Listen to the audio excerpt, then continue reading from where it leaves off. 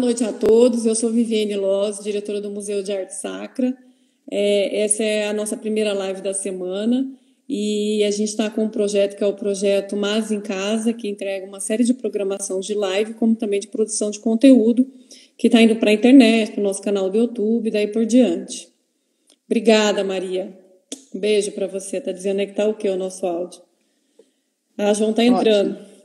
Então, essa programação ela foi desenvolvida, né, pelo museu pensando nesse momento de isolamento, né, de distanciamento social que a gente tem vivido aí no Brasil devido à propagação do Covid-19.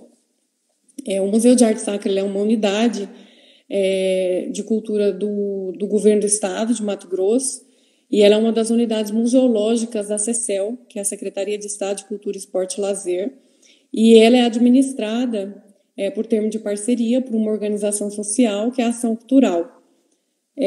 Todos os convidados que participam conosco nessas lives, eles são voluntários. E se caso a gente não conseguir, se a professora não conseguir concluir no período de 1 hora, porque 1 hora cai e encerra, a gente volta, tá? E a gente espera que vocês voltem para nos acompanhar também. Eu vou apresentar aqui a professora Luciana, rapidamente. A professora Luciana Mascaro, ela é arquiteta e professora do Departamento de Arquitetura e Urbanismo da FAET, da Universidade Federal de Mato Grosso. Ela é doutora em Teoria e História da Arquitetura e Urbanismo pela Universidade de São Paulo, USP. Foi diretora do Departamento de Patrimônio Histórico da cidade de Jauru, de São Paulo, e realizou estágio doutorado em Portugal na Universidade do Minho, quando atuou como pesquisadora estrangeira na Fundação Calouste Gulbenkian. É isso? Calouste Gulbenkian. Gulbenkian. Tem um nome aí bem... Eu conheço, eu estive lá em Lisboa na fundação, mas o nome é complicado.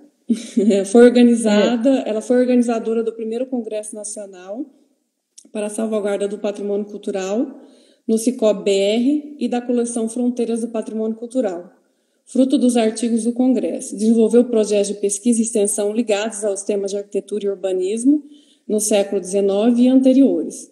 2 sistemas construtivos antigos e tradicionais de preservação do patrimônio construído. Atualmente coordena o desenvolvimento do plano de gestão para o Centro Histórico de Cuiabá pela Universidade Federal, ITI, FAET, e tem um apoio da ONU. Quem mais, professora? Da ONU e... de uma das agências da ONU que se chama UNIDO. E daí eles têm um programa, todos esses órgãos da ONU têm um programa que se chama PAGE, que é uma parceria para o desenvolvimento sustentável. Bacana. Eu acho que eu falei tudo, né? Não esqueci nada não, né, professora? Sim, não, tá até demais. Eu copiei o resumo do Lattes e daí isso fica grande mesmo. Fica, mas é ótimo a gente falar. É bom a gente apresentar, né? Para as pessoas saberem com quem a gente vai ter essa conversa nesse momento. Professora, fica com você, já apresente o seu tema, a abordagem que você vai fazer, para o pessoal que está nos ouvindo aí. Acho que deu tempo para várias pessoas ir entrando nessa pequena apresentação nossa. E agora é com você, professora Luciana. Seja bem-vinda e obrigada por ter aceito o convite em participar conosco no Museu de Arte Sacra nessa live.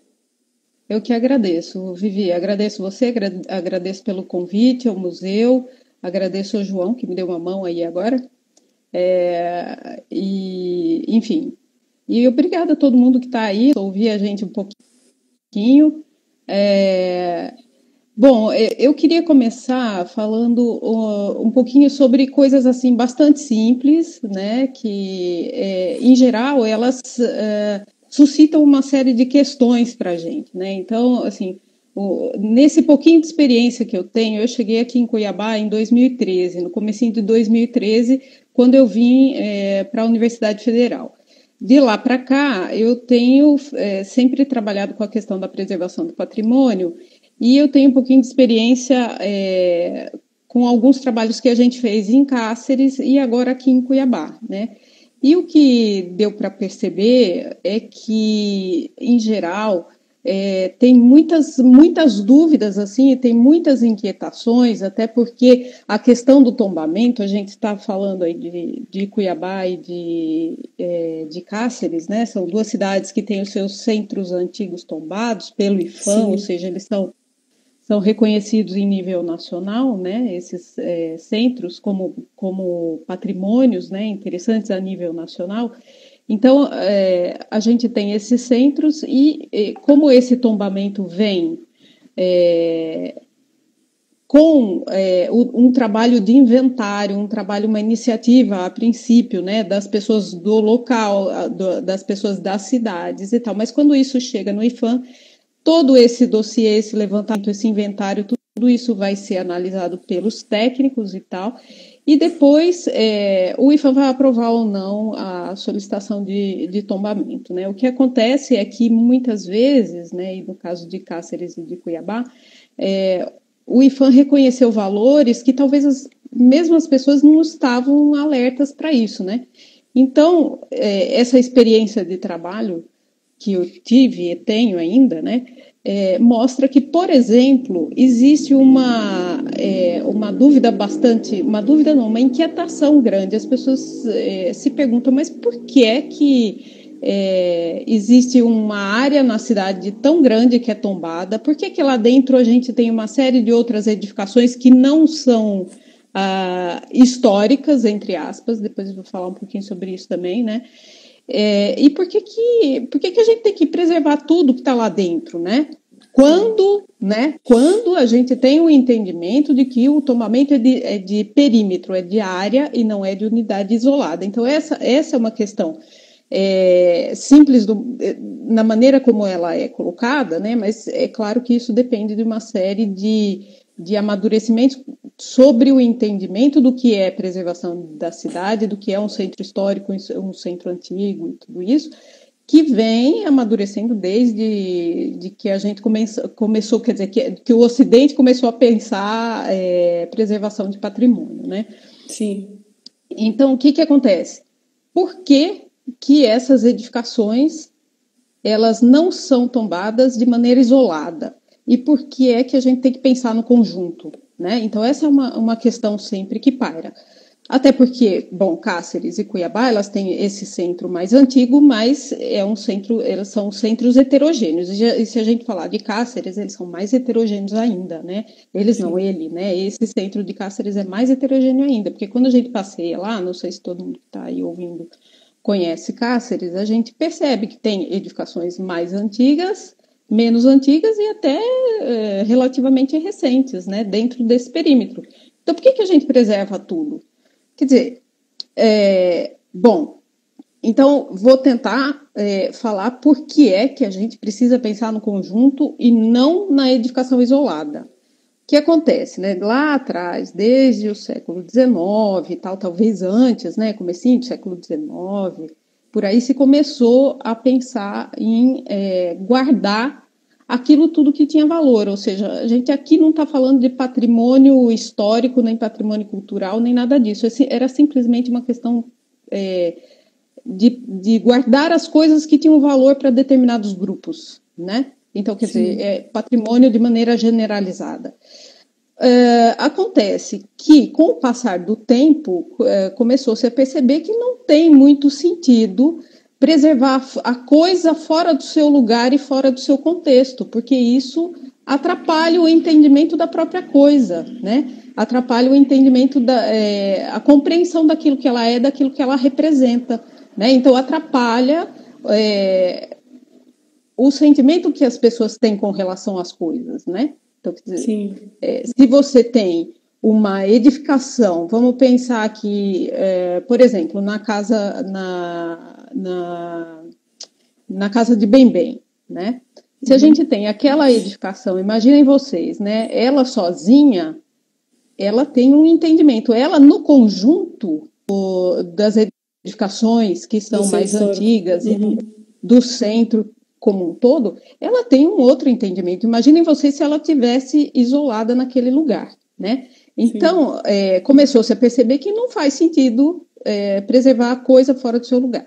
Então, é por isso que, de um tempo para cá, essa questão do entorno, né, quando a gente está falando de centros antigos, a questão do entorno, daquele lugar que a gente quer preservar, e a questão da ambiência, isso começou a tomar uma importância muito maior, né, justamente porque a gente começou a perceber que a coisa fora do seu lugar, ela não faz tanto sentido. Muito bem, né? Então, o que é que a gente tem em Cáceres, por exemplo, né? A gente tem um centro mais antigo, que é tombado, e que ali a gente tem uma série de edificações de vários períodos, mas a gente tem também uma coisa que foi valorada pelo IPHAN, que é o traçado da cidade, né? Então, aquele traçado quadriculado e etc., aquilo lá tem um valor histórico, ele tem um valor patrimonial, ele representa um período, ele representa um determinado momento e uma política, né? Além da cidade ter o seu valor histórico e ser representativa também do mesmo período histórico, né? Mas ali, quando a gente fala do traçado, a gente tem um testemunho, aquilo é um testemunho, aquilo é uma realização de um projeto que foi dado, né? Então, como é que a gente poderia, por exemplo, alterar uma daquelas ruas? Sim. Né? Sem alterar o todo, sem alterar uma edificação que, por exemplo, ficaria numa esquina ou coisa assim, né? Se você passa uma rua, se você abre uma rua ou fecha uma edificação que está num determinado lote, ela fica alterada, quer queira, quer não, né? Então, essa é a importância. É por isso que eu acho que, a princípio, né, para começar a conversa, é muito importante a gente entender que é necessário a gente levar em consideração aquilo que é o entorno do bem tombado, e esse bem tombado pode ser um conjunto de edificações, né, como a gente tem, por exemplo, nos centros antigos, né? E daí a gente começa a entrar em outras questões, né? Bom, por que a gente chama um centro antigo e não necessariamente um centro histórico, né? De maneira generalizada, assim, de maneira coloquial, a gente chama tudo centro histórico. Mesmo esse plano de gestão Sim. aí que eu tô coordenando junto com uma equipe lá da UFMT, se der tempo eu vou citar o nome das pessoas, né, dos colegas. Esse centro, a gente não deve chamar centro histórico, porque, na verdade, se a gente pensar na cidade, a cidade toda ela será histórica num determinado momento, né? Então, a gente tem um lugar que é mais antigo do que o outro, mas toda a cidade vai passar por uma história, mesmo que a gente tenha uma catástrofe aí no meio do caminho, né?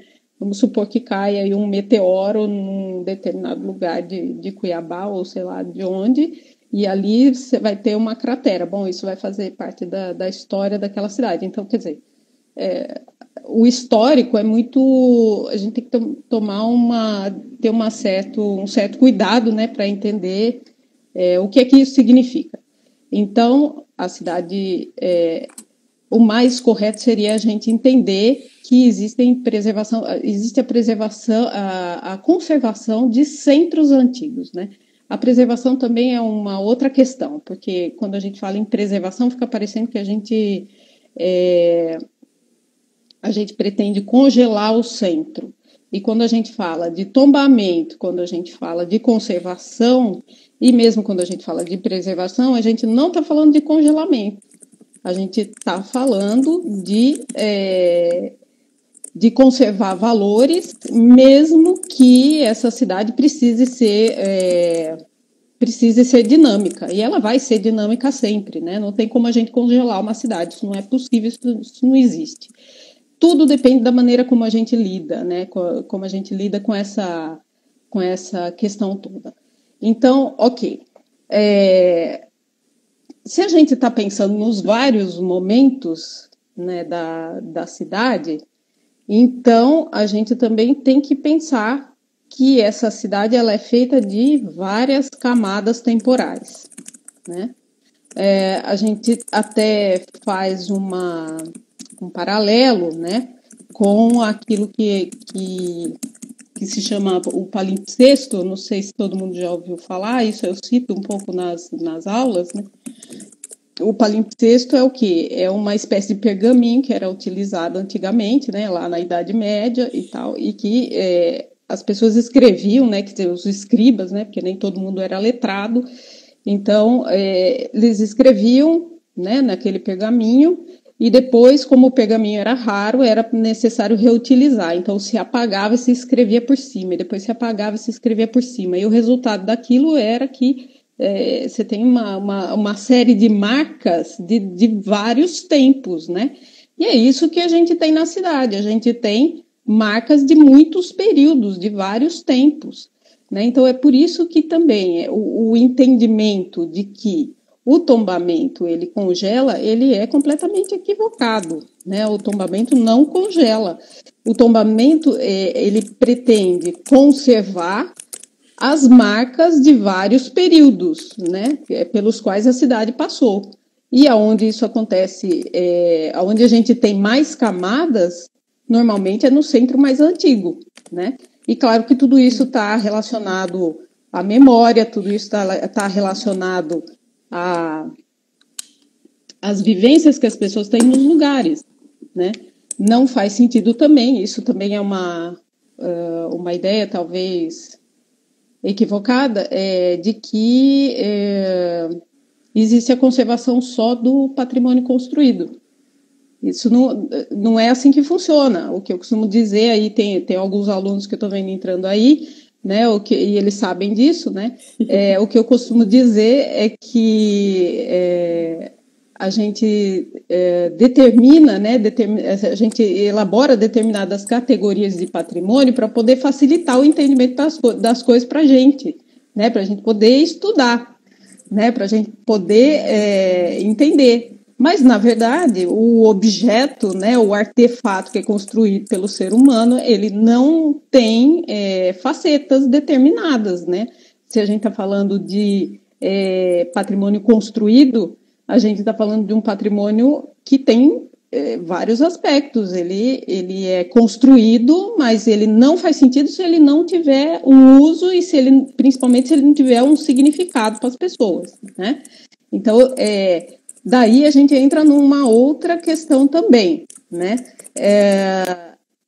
Uma das maneiras de você promover a conservação e a preservação de um artefato é atribuindo a ele um uso.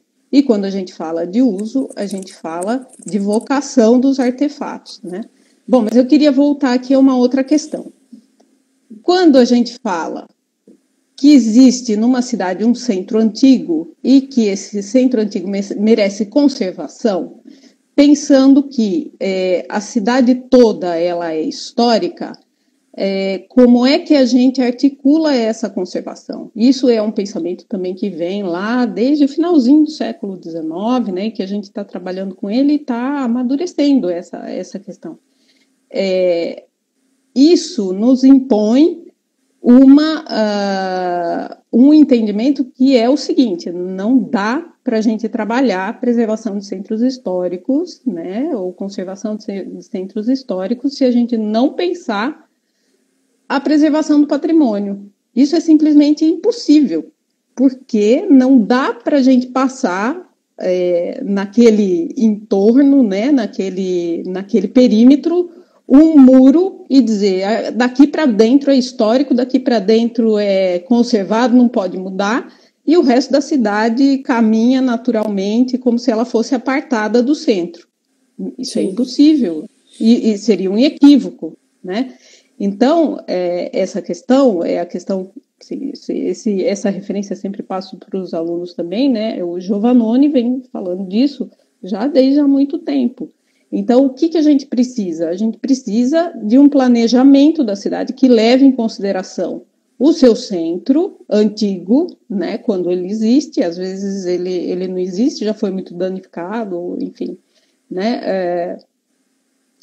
Então, é necessário levar em consideração esse centro no planejamento da cidade. Como é que a gente faz isso? A gente faz isso entendendo que isso não é um centro congelado, não é um centro apartado da cidade, ele é um lugar que faz parte do processo de construção da cidade e ele tem que ser articulado.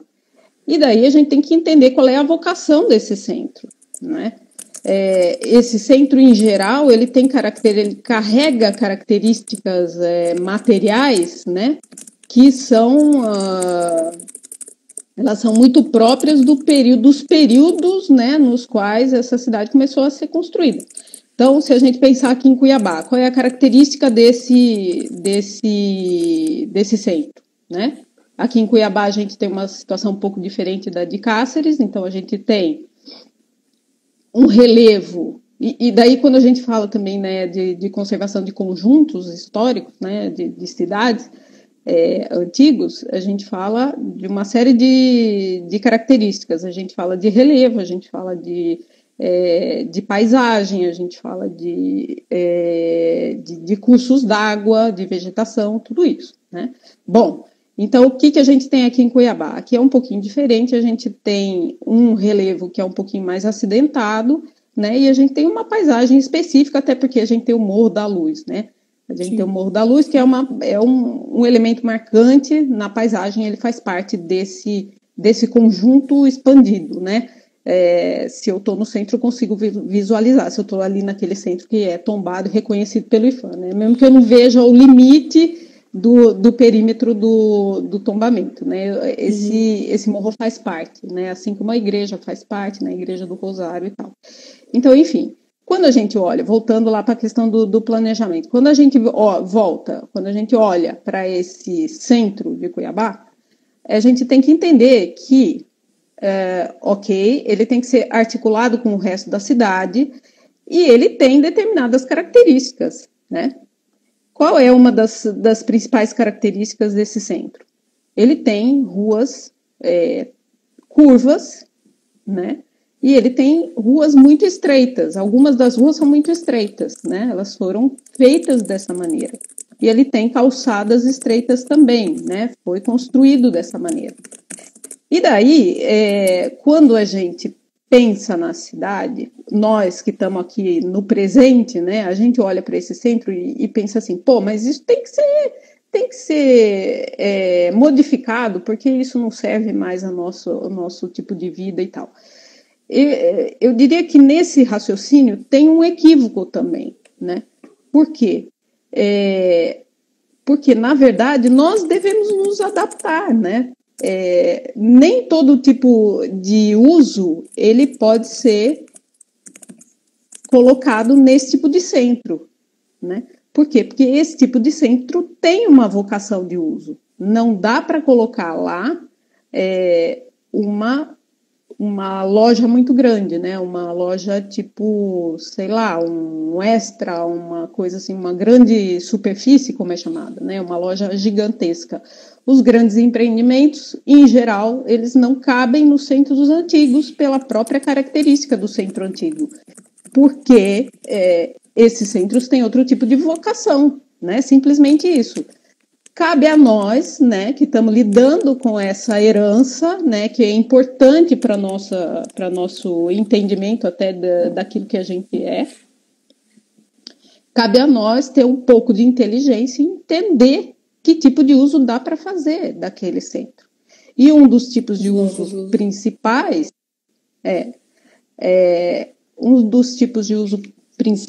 seria a vocação museal que tem esse centro, né? Então, quer dizer, você olhar para aquilo e entender e reconhecer que ali tem uma série de valores que são importantes, então isso é uma espécie de uso que pode ser até determinado ponto explorado, pode ser explorado até para uso, né? Sim.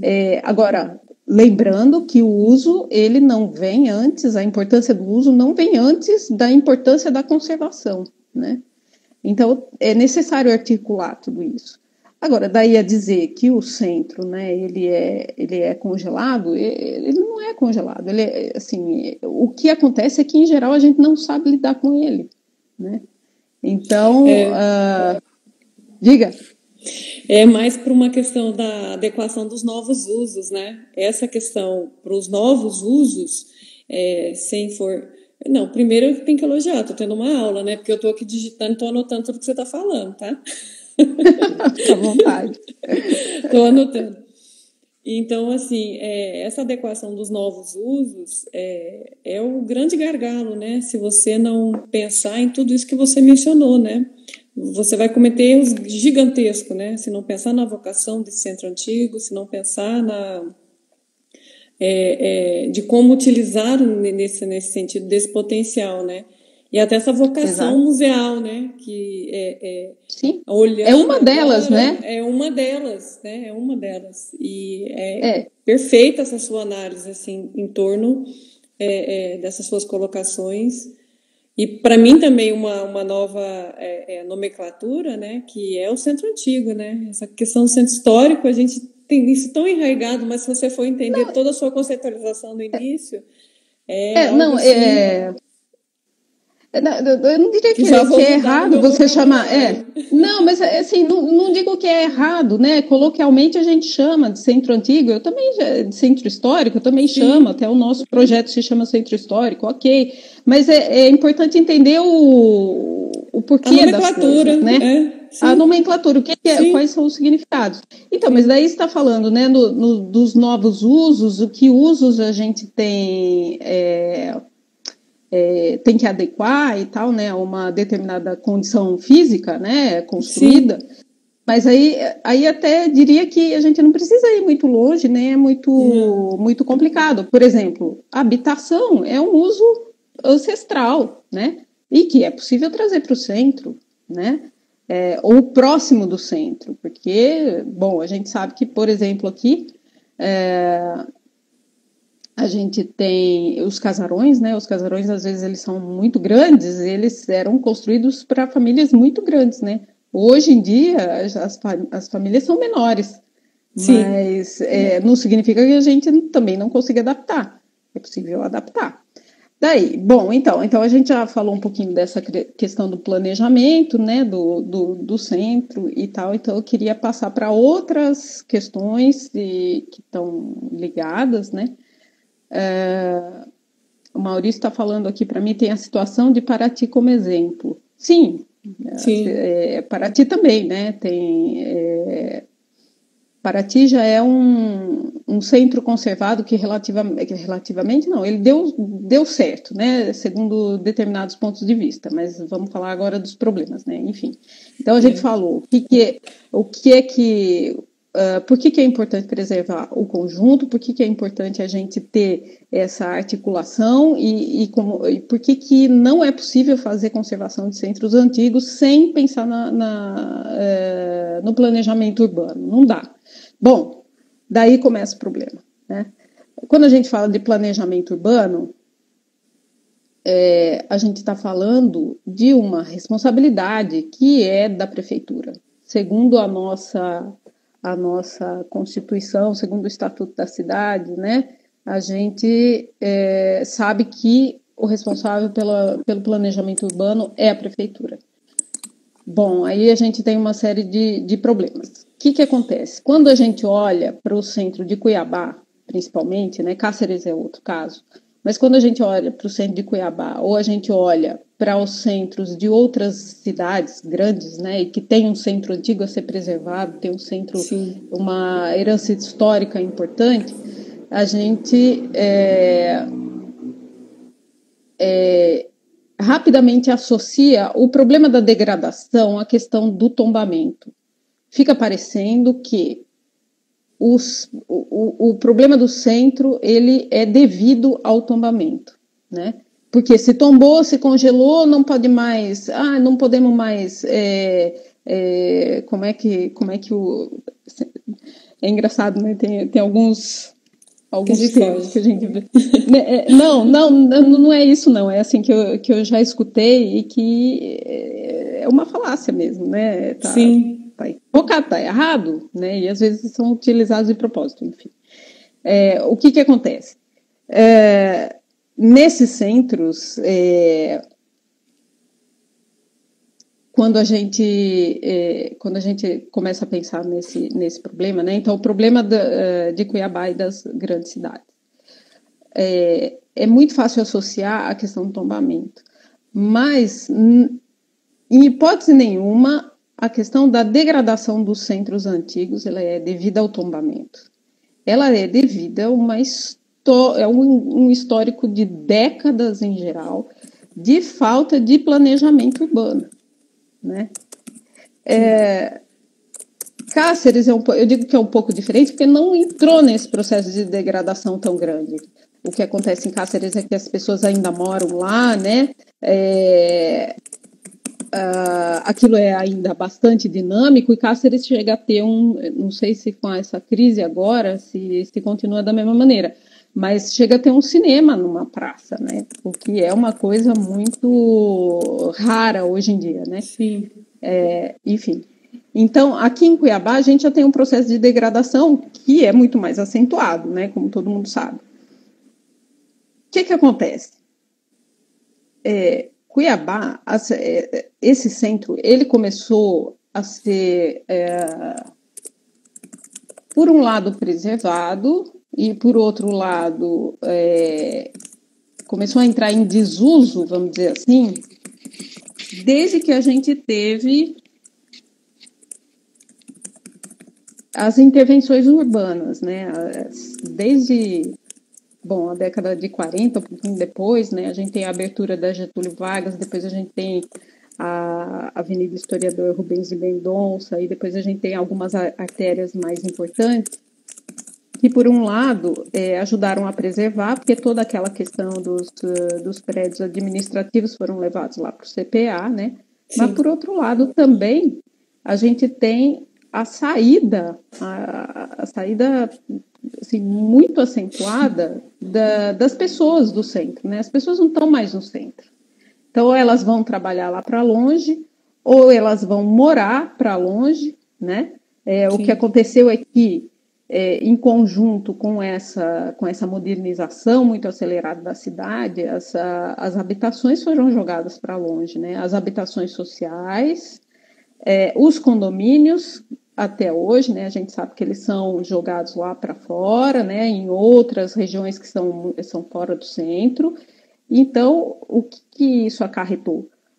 Acarretou, não estou dizendo só no centro antigo, não, mas nesse miolo mais abrangente ali, do entorno do centro, essa região está praticamente esvaziada. Então, quer dizer, esse problema da degradação do centro, ele não é um problema de tombamento, não é por causa do tombamento que isso aconteceu. Isso é um processo, não aconteceu do dia para a noite, e é um processo que é devido a um problema de planejamento, né? Ou de ausência de planejamento, né? Então, olha só, lá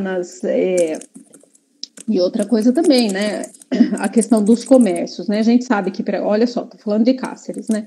Então, Cáceres tem uma dinâmica ali de usos e tem uma vida. Quando a gente fala de Cuiabá, a gente tem, ou teve, né, um comércio, tinha a mesmo tipo de dinâmica, né, que existia ali em Cuiabá. Isso começou a ser alterado com essas intervenções todas. E daí, o que houve? Ou qual é a situação hoje? Bom, a gente tem algum comércio, ainda mais a gente tem um comércio que está meio que concentrado de um lado do centro, do outro lado a gente tem alguma habitação ainda, mas ela vem cada vez mais saindo, né? As pessoas estão cada vez mais saindo dali. A gente até fez um estudozinho rápido o ano passado, então a gente comprovou através do estudo dos mapas de uso-ocupação que cada vez mais as pessoas estão saindo do centro, por uma série de razões, né? E, sim. Bom, eu acho que dentro dessa ótica que a senhora mencionou sobre o planejamento, a psicanálise na rua perguntou aí, a ausência de planejamento ou interesse em um recorte de planejamento? Essa pergunta está dentro da linha do que encerrou agora o raciocínio, né? Deixa eu entender o que ela perguntou. Ausência de planejamento ou o interesse em um recorte do planejamento. Eu acho que pode ser entendido município. Das duas maneiras. Sim, pode ser entendido de duas maneiras, porque a gente sabe que muitas vezes a prefeitura ela cede aos grupos que têm mais poder na hora de determinar legislações ou de fazer escolhas que vão interferir no planejamento. Então, se quiser compreender dessa maneira, não tá errado, né? O que acontece é que, a gente sabe que patrimônio, né, a história, o patrimônio nem sempre estão na ordem do dia, né, nem sempre são a prioridade. Então, sim, o que acontece é que se acaba cedendo a determinados grupos que têm o poder, têm dinheiro, enfim. E é assim que as nossas cidades têm sido construídas, né? A gente aqui não está falando de Cuiabá. A gente está falando de uma série de cidades, né, que adotaram esse modelo aí. E daí, só para voltar um pouquinho, então, não sei se eu respondi, se depois o Gabriel quiser dizer mais alguma coisa. O que eu queria dizer é que a gente também tem a questão do comércio. Então, o comércio que restou ali, ele sofre hoje uma grande concorrência dos shoppings, né? Que são sim, estabelecimentos que estão fora do centro também. Então, a gente quer que as pessoas... Isso é uma questão quase que intuitiva, né? Para uma cidade funcionar, ela tem que ter gente, e ela tem que ter gente na rua. E para as pessoas estarem na rua, elas precisam ter o que fazer na rua, né? Elas precisam estar ali. Então, em algumas cidades isso ainda funciona. Aqui, o centro de Cuiabá está muito deficiente nesse aspecto, né? Por causa desse problema do planejamento e tal. E se associa isso à questão do tombamento, o que é um grande equívoco. Não é por causa do tombamento que o processo de degradação se deu, é por uma série de escolhas que foram equivocadas ao longo do tempo, né? E o comércio também sofre disso. Então, a gente tem hoje um setor do centro onde o comércio predomina e, mesmo assim, esse comércio sofre a concorrência, e a gente tem um outro setor onde as habitações predominam, né? Algumas habitações ainda, com uma grande taxa de esvaziamento ali, né?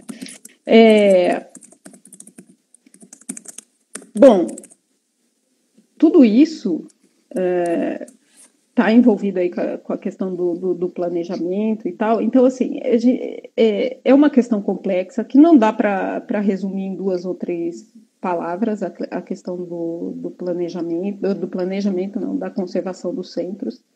Ela não é exclusiva de Cuiabá, isso acontece em muitas outras cidades, né? E a gente tem que entender que isso é um processo que se deu ao longo do tempo e que não foi do dia para a noite. Como é que a seguinte questão ela tem que ser colocada, né? Como é que a gente quer um centro vivo, um centro onde as pessoas estão circulando, estão vivendo ali, estão resolvendo seus problemas, se a gente levou todo mundo para fora da cidade, quer dizer, fora da cidade entre aspas, né? Para longe do centro, na sua borda. Nós fizemos um levantamento, tem um aluno lá de TFG fazendo um levantamento das edificações próximas ao centro, que não estou falando de edificações antigas, não, edificações novas, recentes, de muitos pavimentos até, que estão em estado de abandono ou estão em estado de não abandono total, mas de subutilização. E daí a gente chegou pelo menos a 300 edificações. Nossa, né? Nesse cinturão no Sim. entorno do centro. Então, como é que a gente quer trazer gente para o centro se a gente não tem nenhuma política, né, que fixe as pessoas no centro? Sim. Né?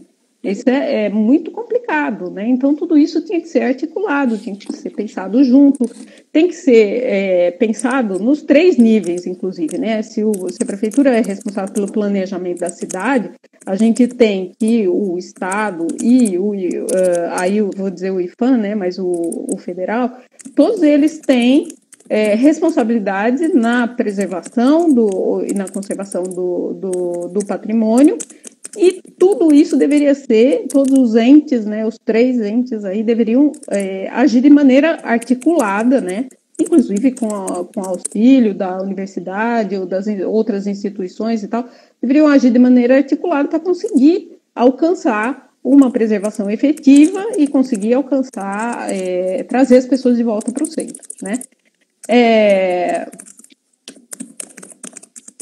Bom, então, assim, entramos aí um pouco na questão da problemática dessa degradação que os centros sofrem, né? Daí, o que a gente tem? Bom, quando a gente fala também em planejamento, a gente tem a questão da gentrificação, que acho que todo mundo que está assistindo já deve ter escutado falar. A gente tem que muitas vezes, né, a gente chega nesse ponto, ok, vamos lá, está precisando, vamos fazer um projeto, vamos tomar uma iniciativa, ou coisa assim, e vamos tentar revitalizar esse centro, ou reabilitar esse centro, né, esses termos também são bem questionáveis, né, mas é mais ou menos assim que a gente entende. Então, vamos lá fazer essa reabilitação, porque, por exemplo, né, aqui em Cuiabá a gente já conversou com vários grupos no projeto lá de gestão e chegamos à conclusão de que a situação como ela se encontra, né, essa situação do centro de Cuiabá nesse processo grave de degradação, ela não interessa a ninguém, ela não é boa para ninguém, né?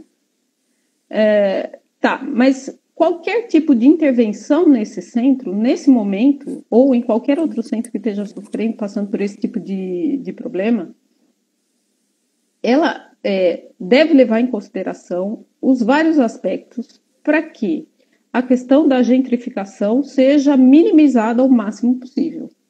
Isso é uma questão muito complicada, porque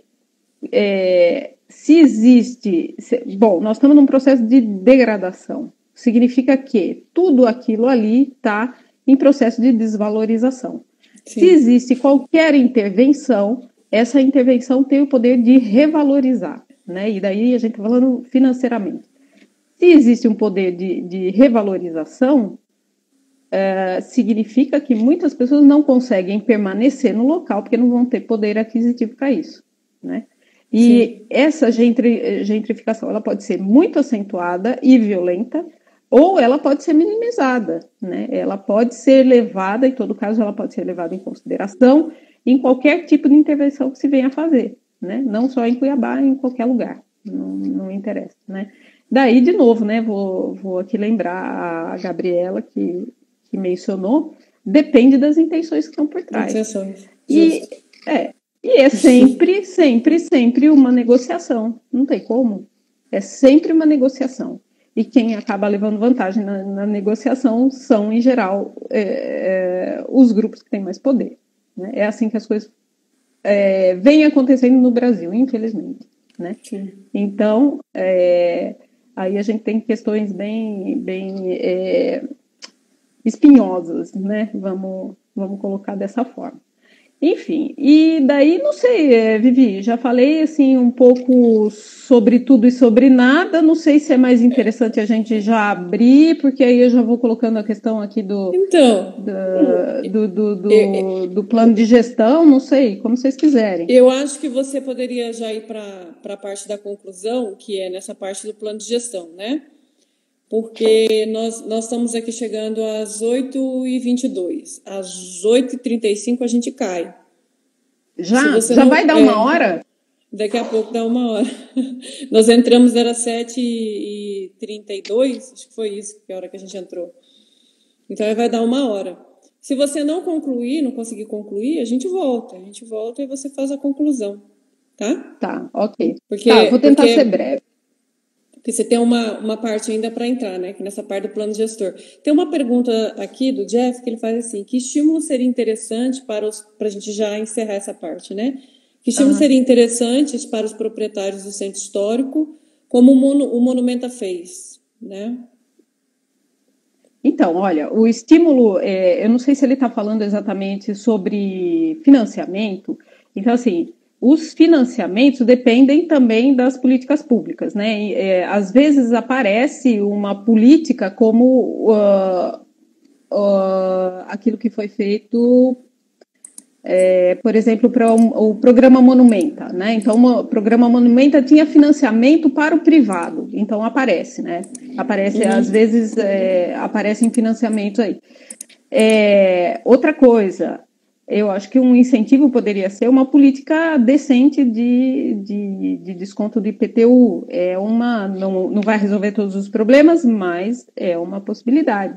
Outra possibilidade, que inclusive a gente está pensando aí dentro do plano de gestão, os proprietários que têm imóveis que podem servir, por exemplo, a instituições, eles podem ceder para incomodato, por exemplo, ou então com aluguéis preço interessante, preço especial, dependendo de como, né?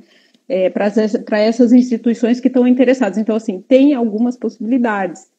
Essas possibilidades têm que ser bem pensadas e têm que ser amarradas com a prefeitura, né? E tem que ser amarradas com os interesses também dos proprietários. A gente reconhece, a gente sabe, teve em contato lá com os proprietários durante várias vezes, né? E a gente entende qual é o problema deles, né?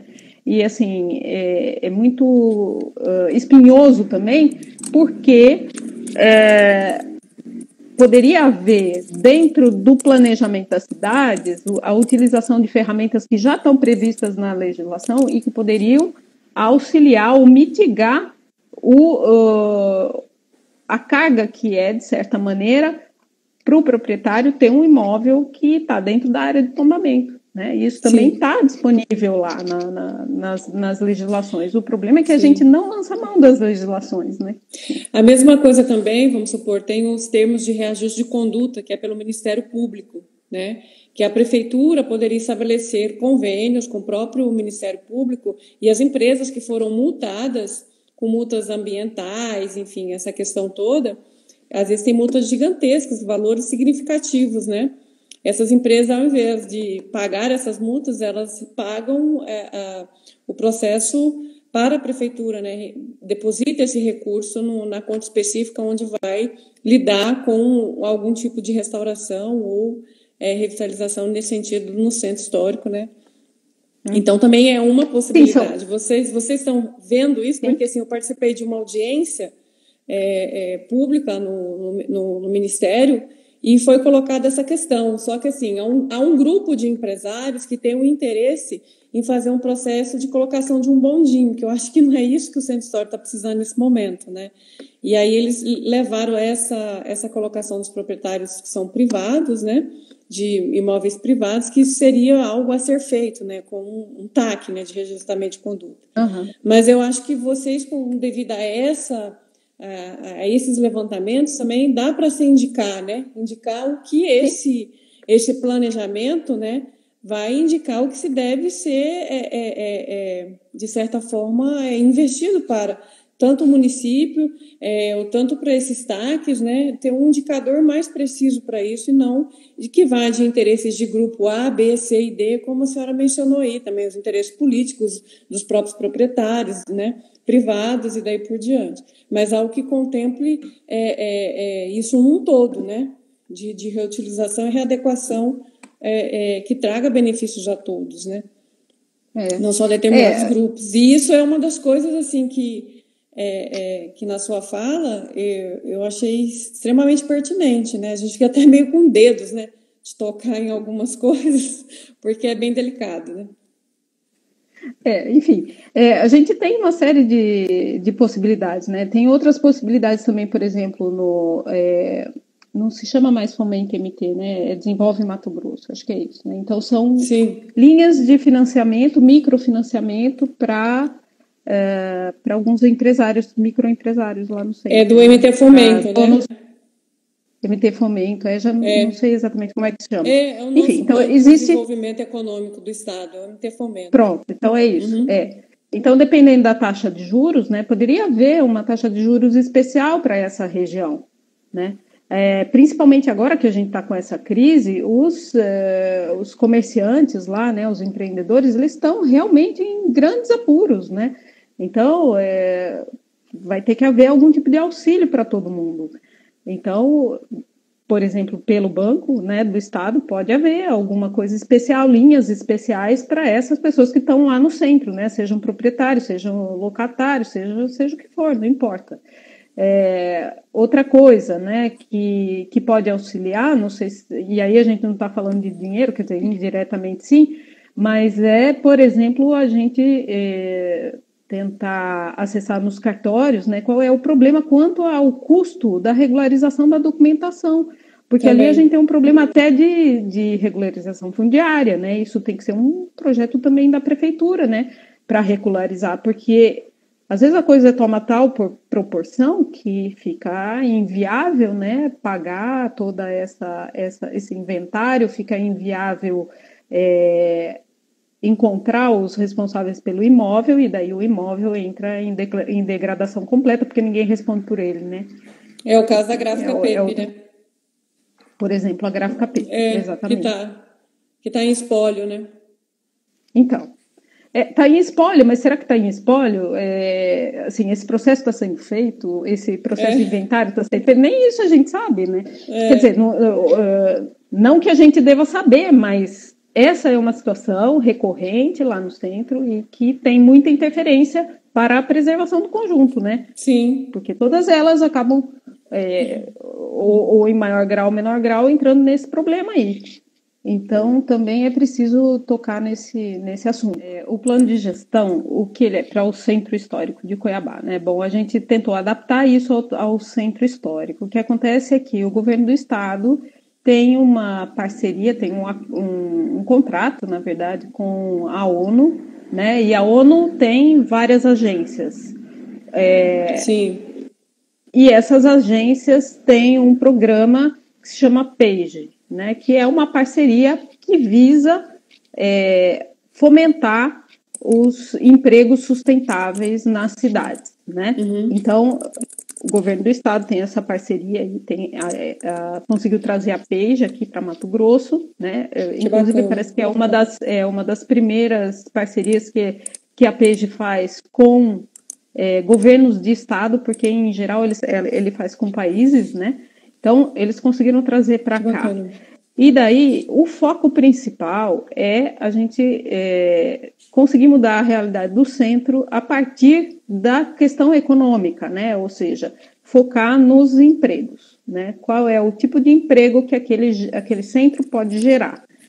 E claro que o centro, tendo a característica que ele tem, né, é um centro reconhecido, nível federal, né, tombado pelo IPHAN, tem uma série de edificações que têm interesse patrimonial, né, então a gente consegue trabalhar, ou seja, enfim, e como isso está muito degradado, não é tão complicado a gente conseguir trabalhar, porque tudo que se fizer ali para mudar aquela realidade, para melhorar aquela realidade, dá para entender que é sustentável, né? Sim.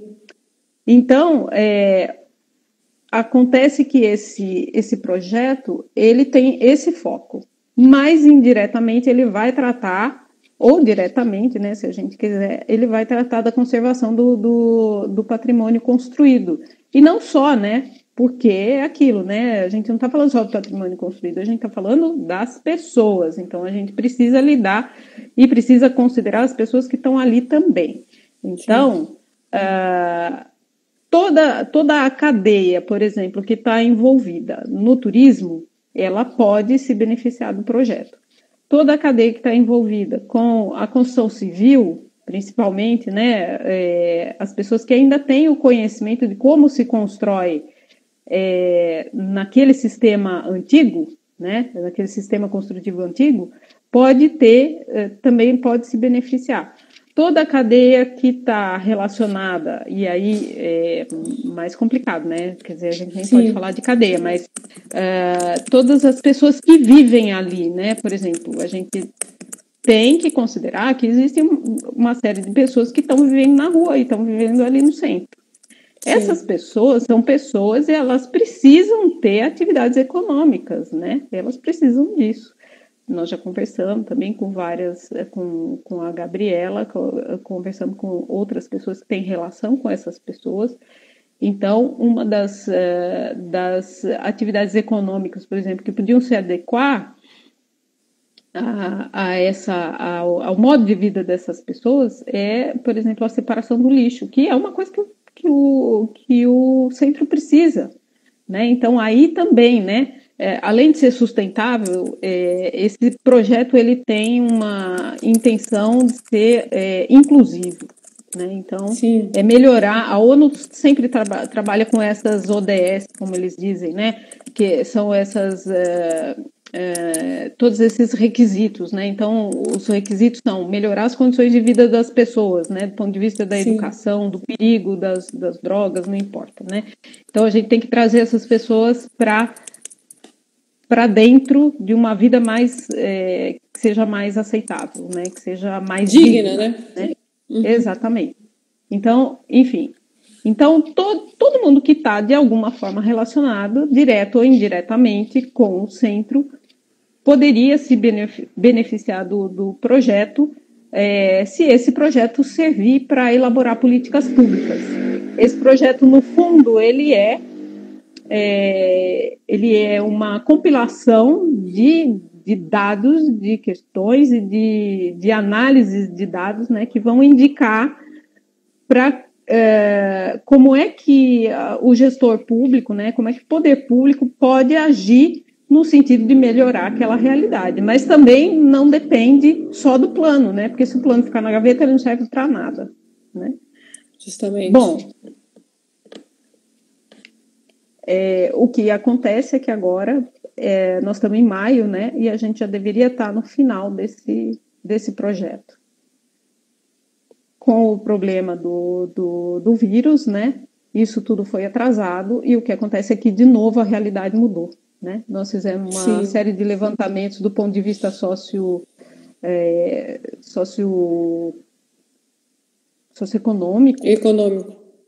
E é outra realidade atual.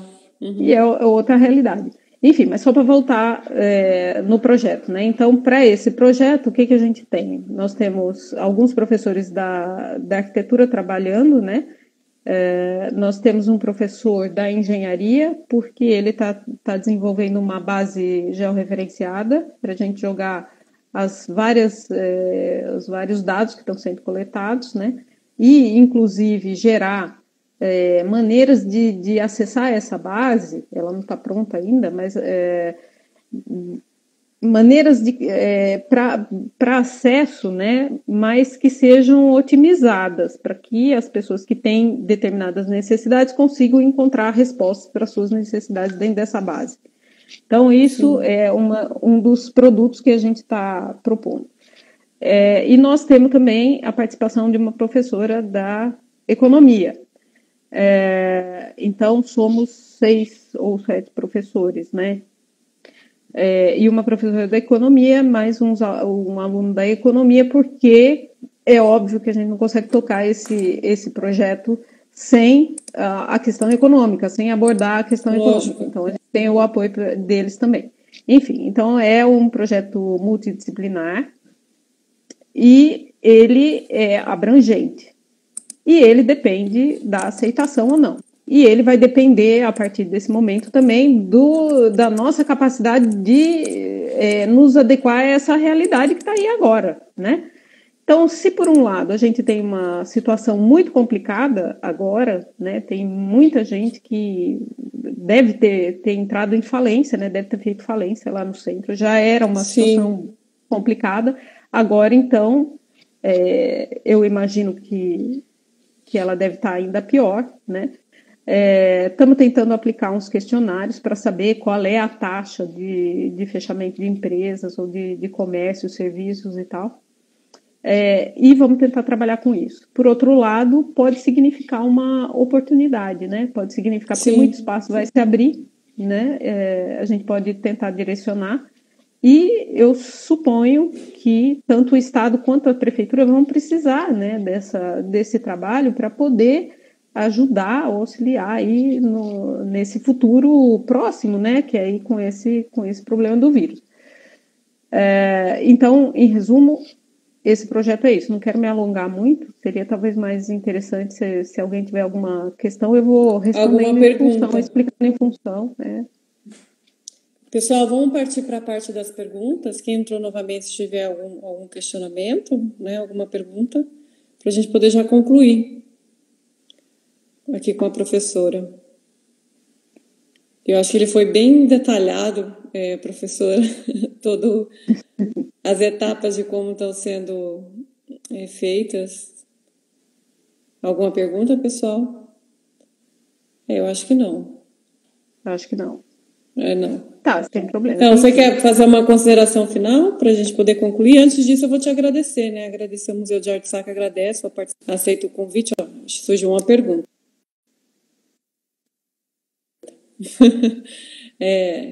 Vamos para ela, então? Vou já cancelar aqui a minha fala. A gente tem uma pergunta. Estou vendo aqui metade da coisa. Eu vou ler aqui. As ações de recuperação de um bem construído urbano são indissociáveis da realização concomitante de trabalhos de investigação arqueológicas, históricas, antropológicas, arquitetônicas, sociais, etc. É uma afirmação. Sem dúvida. Sim, sem dúvida nenhuma. Sem dúvida nenhuma. Sim. Inclusive estamos abertos lá, quem quiser me procurar, quem quiser fazer contato com a equipe e tal, estamos abertos aí para qualquer questão que surja, ou qualquer contribuição, ou qualquer coisa estamos aí, vocês podem entrar em contato. Mas sem dúvida, claro, nenhuma dúvida quanto a isso. Qual o problema que o IPHAN de Mato Grosso tem no atendimento para com os proprietários do centro histórico? Qual o problema que o IPHAN tem no atendimento? No atendimento, não sei. Eu suponho que o IPHAN atende, nesse momento deve estar atendendo à distância, né, por telefone ou... Sim. Mas não me consta que o IPHAN tenha algum problema para atender os proprietários. Eu também nunca vi, porque eu já presenciei várias vezes a Amélia, a equipe de lá, fazendo atendimentos a empresários, né, ali do próprio centro histórico, de orientações de como colocar letreiro em fachada, de como colocar todo, enfim, essas coisas todas.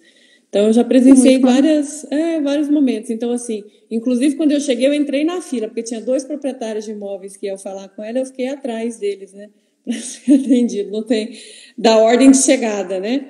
Então, eu acho que o IPHAN sempre esteve disponível. Eu nunca vi nenhum problema nesse aspecto. Ser relatado também nessa parte de atendimento. Eu acho que pode estar passando por algum problema agora, né? Que não está conseguindo fazer os atendimentos presenciais, né? Sim. O que me parece, às vezes, é que o IPHAN